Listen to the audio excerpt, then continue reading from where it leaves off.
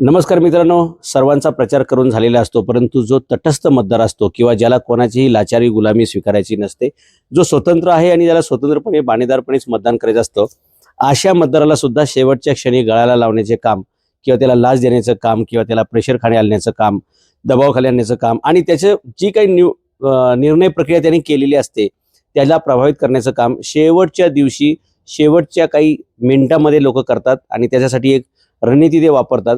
इलेक्शनचं जिथे polling centre असेल, मतदान केंद्र असेल, त्याच्या बाहेर 100 मीटरच्या परिघात काही लोक तर पार गेटच्या बाजूलाच आपलं स्वतःचं दुकान थाटून बसतात।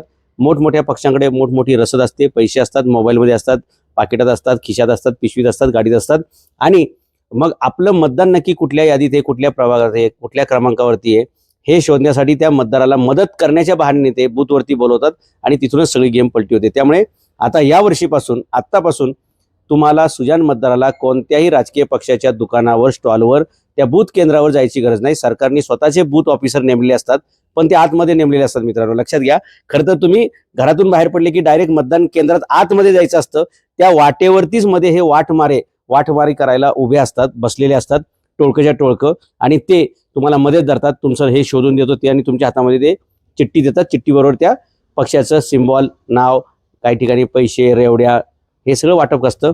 या सगळ्याला बळी न पडण्यासाठी स्वतंत्रपणे तुम्ही स्वतःचा अनुक्रमांक, प्रभाग क्रमांक हे सगळं घर बसल्या शोधू शकता। डायरेक्ट घरातून निघायचं आणि मतदान केंद्रात जायचं आणि आपलं मतदान द्यायचं। कोणाच्याही दबावाला बळी न पडता किंवा कोणाचाही उपकार न घेता आपल्याला हे करता येतं। तुम्ही आपला मोबाईल काढायचा, हा मोबाईल काढला की त्याच्यामध्ये प्ले स्टोअरला जायचं, गुगल प्ले स्टोअरला गेलं की वोटर हेल्पलाईन नावाचं एक ॲप येतं। हे सरकारचं आहे, गव्हर्नमेंट ऑफ इंडियाचं, इलेक्शन कमिशन ऑफ इंडियाचं आहे। वोटर हेल्पलाईन नावाचं ॲप आहे, प्ले स्टोअरवरून ते डाउनलोड करायचं।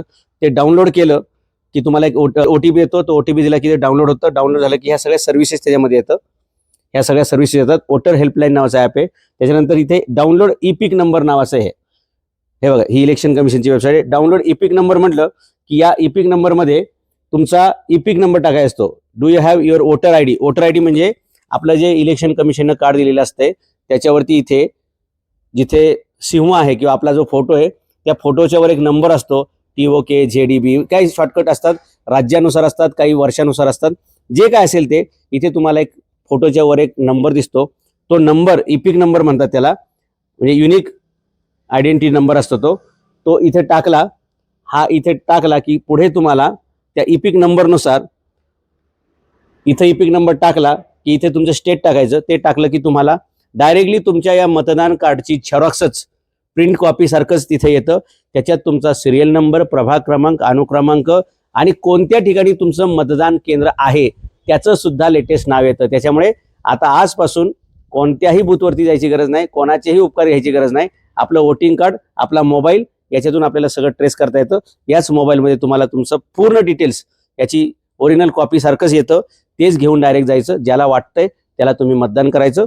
विनंती एवढीच आहे की 100% मतदान करायचं, कोणी घरी बसायचं नाही। जर कोणी पैसे दिले तर त्याचा माज मोडण्यासाठीची पण ही संधी आहे, हे लक्षात ठेवायचं आणि 100% मतदान करायचंय।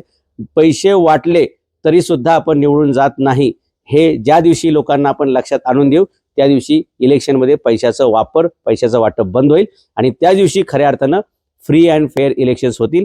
सुजाण नागरिकांनो, सुशिक्षित नागरिकांनो, स्वाभिमानी नागरिकांनो, जर देशाची लोकशाही वाचवायची असेल तर तुम्हाला अशा प्रकारे स्वतंत्र राहावं लागेल। घरीच आपलं कार्ड, आपला मोबाईल याच्यातून हे सगळं तपासायचं। अनुक्रमांक, यादी क्रमांक, कुठल्या मतदान केंद्रात, समजा तुमचं मतदान केंद्र जरी बदललं असेल तरी तुम्हाला लेटेस्ट यात दिसतं।